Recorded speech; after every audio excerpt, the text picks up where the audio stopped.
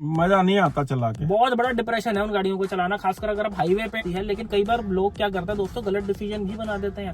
आपको चाहिए होती है ऑटोमेटिक, आप ले लेते हो मैनुअल, बाद में फिर भाई पछतावा होता है। लाखों का सौदा है, गलत गाड़ी ले ली ना, कल को किस्तें भी जाती रहती हैं, गाड़ी भी नहीं चलाई जाती, पेट्रोल भी चुभता है, सब कुछ चुभता है। खासकर अगर आप एक नए ड्राइवर नहीं हो, आप एक एक्सपीरियंस्ड ड्राइवर हो, आप पिछले कई सालों से गाड़ी चलाते आ रहे हो एंड आज की डेट में ऑटोमेटिक प्लान करो, तो मैं आपको बता दूं कि समझदारी यही रहेगी कि इन गाड़ियों में मैनुअल। दोस्तों स्वागत है आपका हमारे चैनल दक्ष अग्निहोत्री पे। मैं हूं नवनीत, ये है दक्षम, रखेंगे अपना पक्ष। तो दोस्तों ऐसा वीडियो लेके आ गए हैं आपके लिए जिसके अंदर आपकी क्लैरिटी हो जाएगी आपको कि मैनुअल गाड़ी लेनी है या ऑटोमेटिक लेनी है, और ऑटोमेटिक लेनी है तो कौन सा ऑटोमेटिक लेना है। भाई 3 पेडल लेने हैं या 2 पेडल लेने हैं? अरे भाई गुदगुदी अलग है ऑटोमेटिक की। तो दोस्तों अब शुरू करते हैं कि किस टाइप के बायर को किस टाइप की गाड़ी लेनी चाहिए। उससे पहले मेरे भाई अगर चैनल पे नए हो तो सब्सक्राइब जरूर कर देना, वो नीचे बटन बना आ रहा है, जाके सब्सक्राइब करो। वीडियो को अभी के अभी पॉज करो और सब्सक्राइब कर कराओ। यार सब्सक्राइब नहीं करते हो आप, सबसे बड़ी बात। ये आज भी 70% लोग ना बिना सब्सक्राइब किए देखी जा रहे हैं चैनल को, 70% से ज्यादा। तो यार आप लोगों के लिए वीडियो बनाया जा रहा है, यार रिक्वेस्ट है आप लोगों से, सब्सक्राइब करो। सब्सक्राइबर काउंट बढ़ेगा, चैनल और ग्रो करेगा, आप ही का फायदा, आपके लिए बढ़िया बढ़िया वीडियो कंटेंट जो है और आएंगे। बिल्कुल। और साथ ही साथ अगर कोई नई गाड़ी ले रहे हो, उसकी प्री डिलीवरी इंस्पेक्शन करानी है तो भी ये नीचे नंबर बना रहा है, हम दोनों से करानी है ऑन डिमांड तो वो भी हो जाएगी। दिल्ली एनसीआर में हम खुद भी एक्टिव हैं, ऑन डिमांड हम कहीं पर भी ऑल ओवर इंडिया आ जाते हैं। और बहुत सी जगह पे हमारे पास टीम भी अवेलेबल है, और हमारा जो चेक करने का तरीका, भाई हमारी नजर से चीज बच नहीं सकती है क्योंकि हजारों गाड़ियां चेक करने का हमारे पास एक्सपीरियंस है। तो दोस्तों अब चलते हैं वीडियो में आगे। तो दोस्तों अब हम पहले शुरू करते हैं कि क्या आपको मैनुअल लेनी चाहिए या ऑटोमेटिक लेनी चाहिए, किन बायर्स को मैनुअल लेनी चाहिए। देखो दोस्तों, एक आम बंदे के नजर में, एक कस्टमर के नजर में, एक लेमैन के नजर में, जिसको गाड़ियों का ज्यादा नहीं पता, उनकी नजर में मैनुअल मतलब मैनुअल, ऑटोमेटिक मतलब ऑटोमेटिक।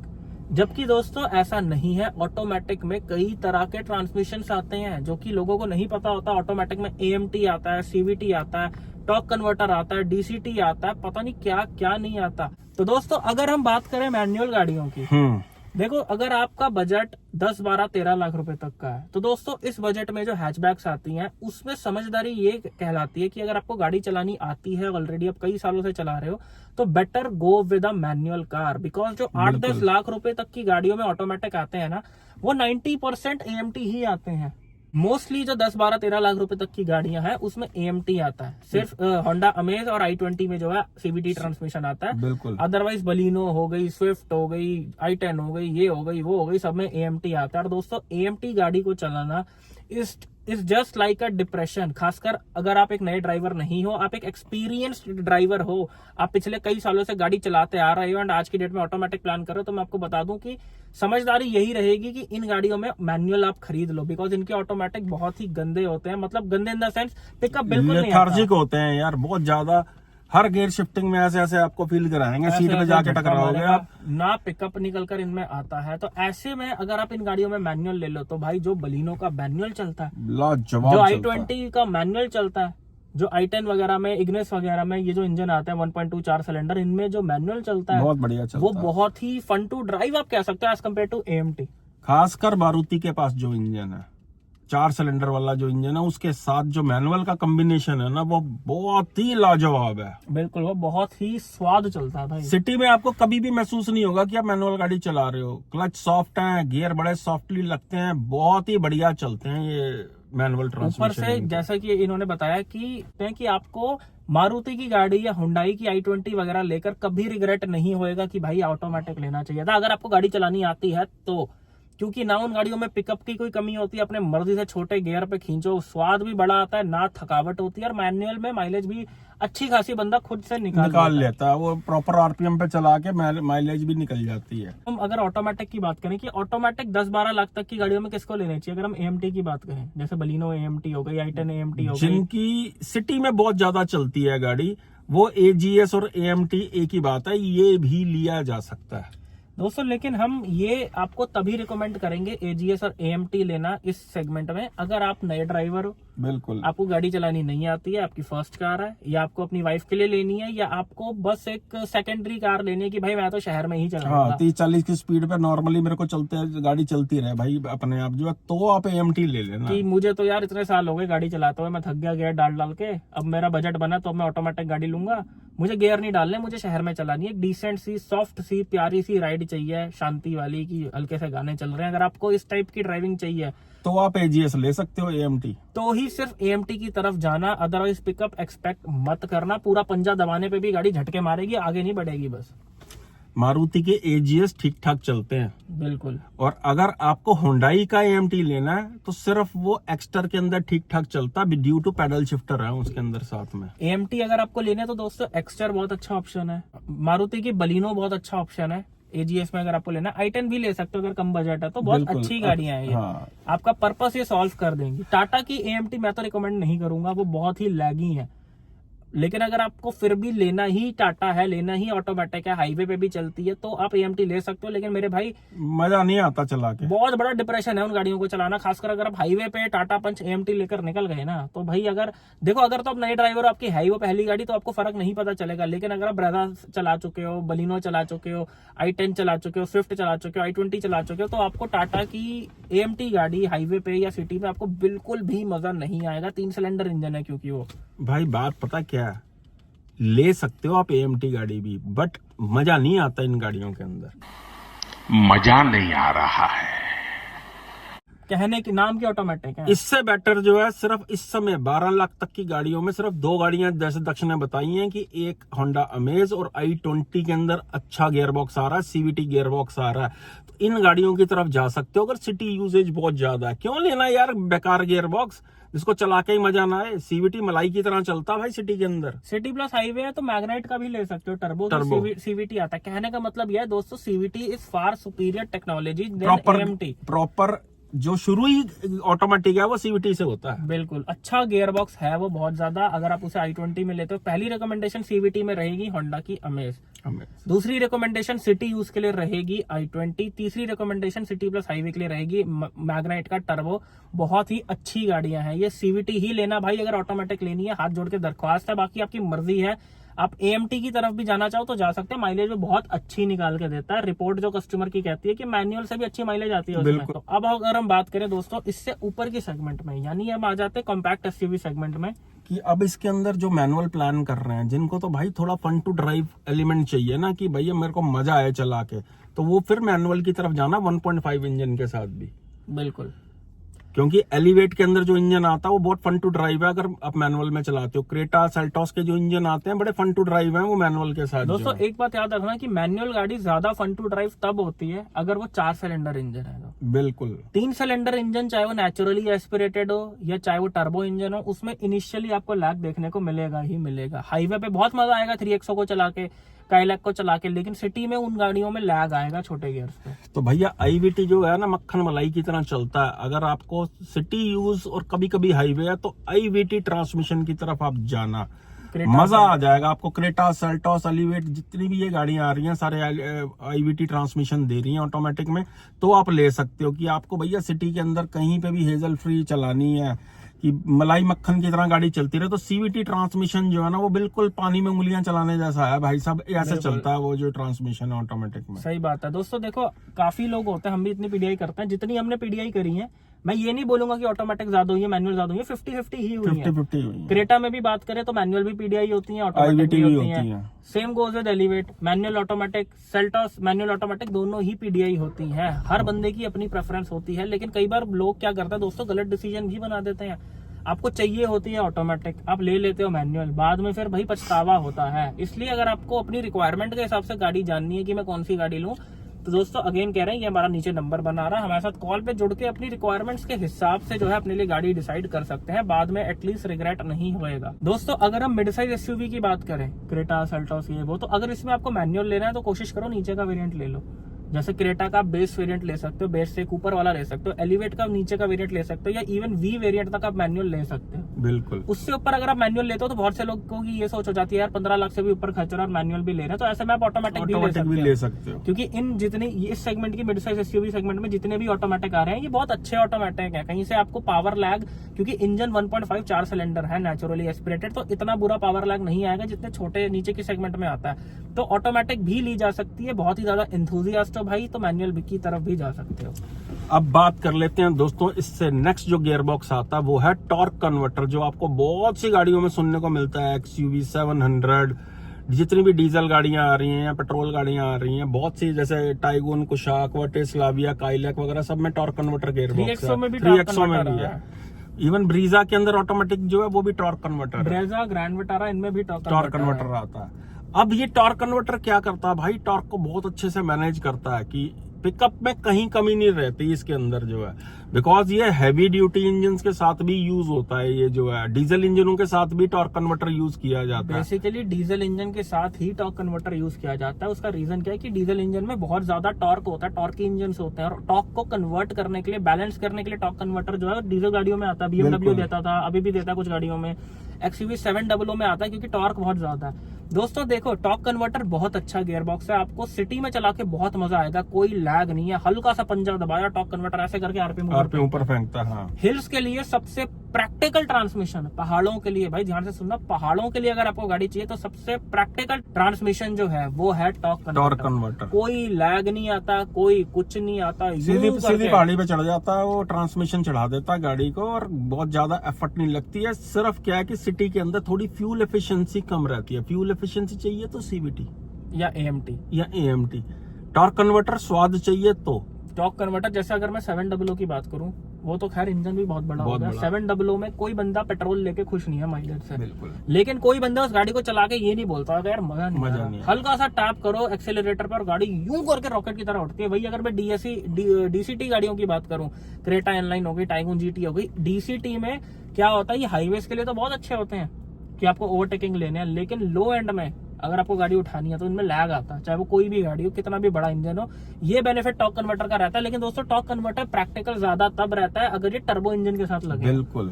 जैसे आपके XUV 3XO में आ रहा है टर्बो इंजन के साथ, काइलैक में आ रहा है टर्बो इंजन के साथ, XUV 700 में आ रहा है। लेकिन अगर हम बात करें ब्रेजा वगैरह में, बेसिकली ब्रेजा, ग्रैंड विटारा, इन गाड़ियों में CVT होना चाहिए था। ब्रेजा का इंजन, ग्रैंड विटारा का इंजन सेम है, इनमें टॉर्क काफी कम है, लेकिन इनमें फिर भी टॉर्क कन्वर्टर दे रखी है। आप ले सकते हो इन गाड़ियों में, लेकिन मारुति जो आप सोच के बंदा लेता है कि मारुति मतलब माइलेज, तो माइलेज नहीं आती है टॉर्क कन्वर्टर के अंदर, ये ध्यान से समझ लो। को माइलेज के लिए मारुति लेनी है तो ऑटोमेटिक मत लेना ब्रेजा, ग्रैंड विटारा में, फिर इनका मैनुअल लेना, क्योंकि मैनुअल में माइलेज आएगी, टॉर्क कन्वर्टर माइलेज नहीं निकाल पाएगा इन गियर बॉक्स, इन इंजनों के साथ। अब बात कर लेते हैं दोस्तों, आपको समझ आ गई होगी टॉर्क कन्वर्टर किसको लेनी है, जिसको भाई चलाने का बहुत मजा चाहिए गियर बॉक्स का।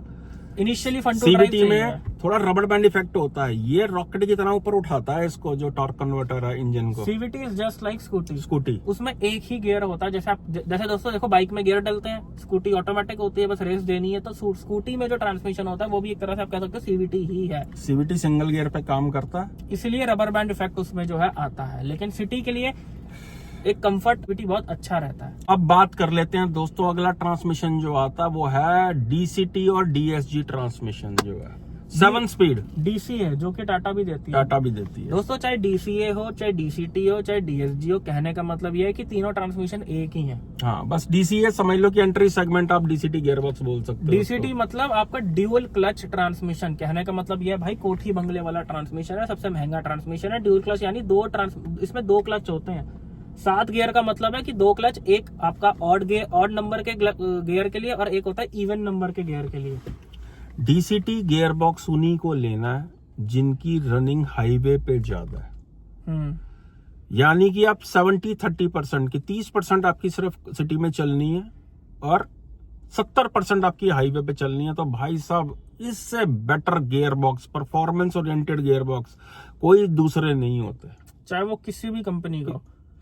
कोशिश करो कि 1.5 के साथ अगर आप DCT या DSG ले रहे हो तो बहुत ही बेटर है ये। जैसे i20 ऑनलाइन में आता है तो वो DCT में ठीक है, लेकिन उसमें लैग बहुत आता है। डीसीटी काम करता है बढ़िया 1.5 4 सिलेंडर इंजन के साथ। नोट कर लेना डायरी में, 1 लीटर के साथ कोशिश करना डीसीटी मतलब को काटा मार देना, चाहे वो वैसे होनेट में आ रही है, वेन्यू में आ रही है, किसी में भी आ रही है। जैसा डीसीटी होंडाई की क्रेटा में काम करता है 1.5 टर्बो में, वैसा डीसीटी वेन्यू टर्बो में या फिर वेन्यू सोनेट i20 N-line में काम नहीं करता। इंजन छोटे हैं क्योंकि, तो कोशिश करो डीसीटी ट्रांसमिशन अगर ले रहे हो तो 4 सिलेंडर 1.5 टर्बो इंजन हो, जैसे कि Kushaq 1.5, Slavia 1.5, Taigun Virtus 1.5, Creta N-line, Seltos turbo, Verna turbo, ऐसा इंजन के साथ डीसीटी काम करता है भाई, दमदार, मजा आ जाएगा चला यानी कि लेना उनको है जिनकी रनिंग 70% हाईवे और 30% सिटी है, क्योंकि सिटी में थोड़े से लेथार्जिक होते हैं डीसीटी गियरबॉक्स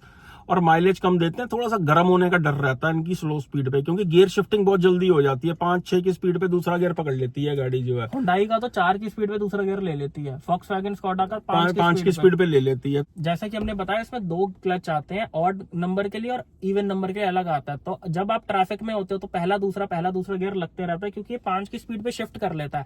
ऐसे में क्या होता है, दोनों क्लच जो है आपके एंगेज होते रहते हैं और हीटअप हो जाते हैं। और अगर गियर बॉक्स फूक जाए तो भैया बहुत महंगा चेंज होता है, वारंटी में भी बहुत तंग करते हैं ये चेंज करने के लिए, बोलेंगे आपकी गलती से हुआ है। हाँ, उसकी सिर्फ देख रेख ये होती है कि आपको अगर सिटी में चलानी है तो मैनुअल मोड पे चलाओ, कोशिश करो अगर बम्पर टू बम्पर ट्रैफिक में हो, जहाँ पे गियर बार बार एंगेज हो रहा है पहला दूसरा, यहाँ तो स्पोर्ट्स मोड डाल दो या फिर आप मैनुअल मोड डाल दो। लेकिन इन सारे ट्रांसमिशन में जितने भी आपको ट्रांसमिशन गिनाए हैं, जो सबसे बेहतरीन गियर बॉक्स है वो है डीसीटी और डीएसजी गियर बॉक्स। दोस्तों हाईवे पे आपको इतना मजा आएगा। एंड मैं आपको एक बात और बोलूं, अगर आप डीसीटी गियर बॉक्स थोड़ा लंबा ऑन कर लेते हो, फॉर एग्जांपल आपके पास वर्टस जीटी है या आपके पास क्रेटा क्या डीसीटी है, हुंडई का भी बहुत अच्छा है, अगर आप डीसीटी ट्रांसमिशन बहुत लंबा ऑन कर लेते हो, 5-10-15 हजार किलोमीटर चला लेते हो, तो उसके बाद आपसे टॉर्क कन्वर्टर नहीं चलाया जाएगा, सीवीटी नहीं चलाया जाएगा, एएमटी को तो आप बोलोगे कि भाई मुझे फ्री में भी नहीं चाहिए। और डीसीटी गियर बॉक्स अगर आप ले रहे हो तो आपको एक्सटेंडेड वारंटी जहां तक मिल सकती है ना गाड़ी की, वहां तक ले लेनी है, बिल्कुल स्वाद आ जाएगा भाई। ये तो हो गए, देखो सारे आपको हमने एक एक करके एक्सप्लेन कर दिए हैं, manual, AMT, CVT, torque converter और डीसीटी डीएसजी गियर बॉक्स की किस किस तरह के बायर को कैसा ट्रांसमिशन लेना चाहिए। अब लास्ट में आपको कंक्लूजन बता देते हैं, अगर पंजा दबा के चलाने का शौक है तो भाई डीएसजी जिस हिसाब से गियर डाउन करता है, चलाने का जो मजा आता है ना, आप 100 की स्पीड पे चल रहे हो, आपने पूरा पंजा दबा दिया, 3 गियर डाउन कर लेगा वो अपने आप ही ऑन द स्पॉट कर लेगा। उसकी जो टेक्नोलॉजी है ना ड्यूल क्लच की, वो नेक्स्ट लेवल है। टाटा का डीसीए की अगर हम बात करें दोस्तों, टाटा का डीसीए एज आई सेड कि इंजन छोटा है, 3 सिलेंडर 1.2 यूनिट है, तो इतनी मजेदार कॉम्बिनेशन नहीं आता जितना क्रेटा में आता है, टर्बो में या टाइगून कुशाक में आता है। तो जैसा कि मैंने कहा 1.5 में ही ट्राई करो, लेकिन अगर आपको फिर भी नेक्सॉन ही लेनी है और ऑटोमेटिक ही लेनी है तो डीसीए में जाना उसके, तो नेक्सॉन में 2 ऑप्शन आते हैं, एक आपका एएमटी आता है, एक आपका डीसीए आता है। तो अगर आपको नेक्सॉन ही लेनी है और ऑटोमेटिक ही लेनी है तो better go with DCA. AMT पे काटा मार देना, नेक्सॉन के बिल्कुल नहीं लेना। हाँ बिल्कुल, बेटर है डीसीए।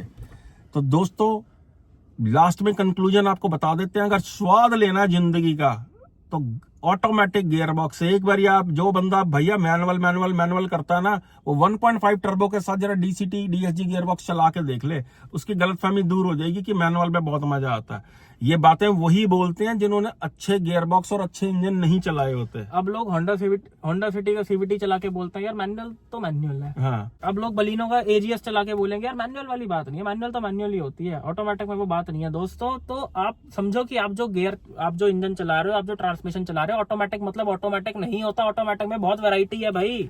दोस्तों अब हम बात करते हैं कि किस सेगमेंट में कौन सी गाड़ियों में ऑटोमेटिक अच्छा है, कौन सी गाड़ियों में मैनुअल अच्छा है। दोस्तों जैसे कि मैंने शुरू में बोला कि 10-12 लाख तक की गाड़ियों में, बलिनो वगैरह जिन गाड़ियों में एजीएस आ रहा है, उससे बेटर है कि आप जो है मैनुअल ले लो। लेकिन होंडा अमेज में और i20 में आप आईवीटी लो तो वो भी अच्छा है। अगर हम बात करें जैसे मिड साइज एसयूवी की, तो इसमें मैनुअल ऑटोमेटिक दोनों ही अच्छे हैं। आप अपनी नीड के हिसाब से कोई भी ले सकते हो। अगर हम बात करें एसयूवी सेगमेंट की, XUV 700 में मैनुअल से ज्यादा बेटर ऑटोमेटिक है। बड़ी गाड़ी जो होती है भैया वो ऑटोमेटिक में लो, टॉर्क कन्वर्टर के साथ लो तो बेटर है, मजा आ जाएगा चला के।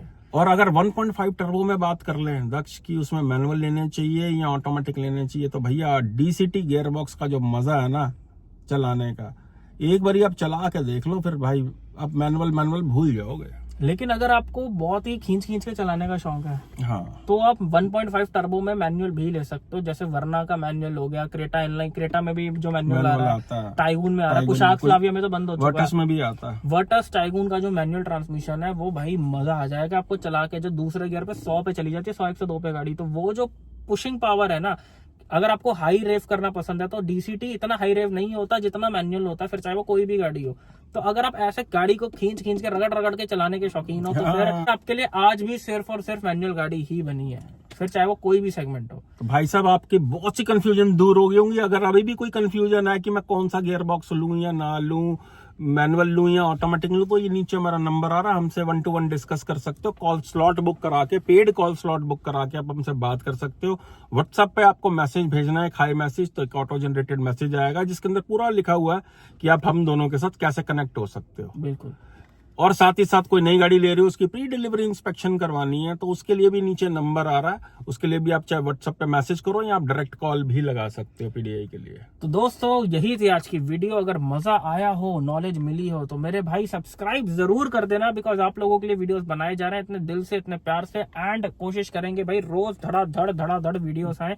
चैनल को भाई सब्सक्राइब कर दो और वीडियो को लाइक कर दो। कैसा लगा भाई कमेंट में बताओ, और कौन से टॉपिक पे आप वीडियो देखना चाहते हो वो भी लिखो, कमेंट करके हमें बता दो, उस टॉपिक पे वीडियो बनेगा। एंड अगर आपका टॉपिक हमने सेलेक्ट करा तो आपका नाम भी वीडियो में लिया जाएगा कि इस भाई का रिकमेंडेशन से ये वीडियो बन रही है। तो दोस्तों इतने क्वेश्चंस आ रहे थे कि कौन सा ट्रांसमिशन लें, कौन सा ना लें, मैनुअल ले, ऑटोमेटिक ले, उसके लिए डेडिकेटेड वीडियो आपके लिए ले आए हम। फिर भी कोई कंफ्यूजन हो तो ये हमारा नीचे नंबर आ रहा है, फिर बोल रहे हैं, कॉल पे बात करके अपनी कंफ्यूजन क्लियर कर सकते हो। भाई लाखों का सौदा है, गलत गाड़ी ले ली ना, कल को किस्तें भी जाती रहती हैं, गाड़ी भी नहीं चलाई जाती, पेट्रोल भी चुभता है, सब कुछ चुभता है।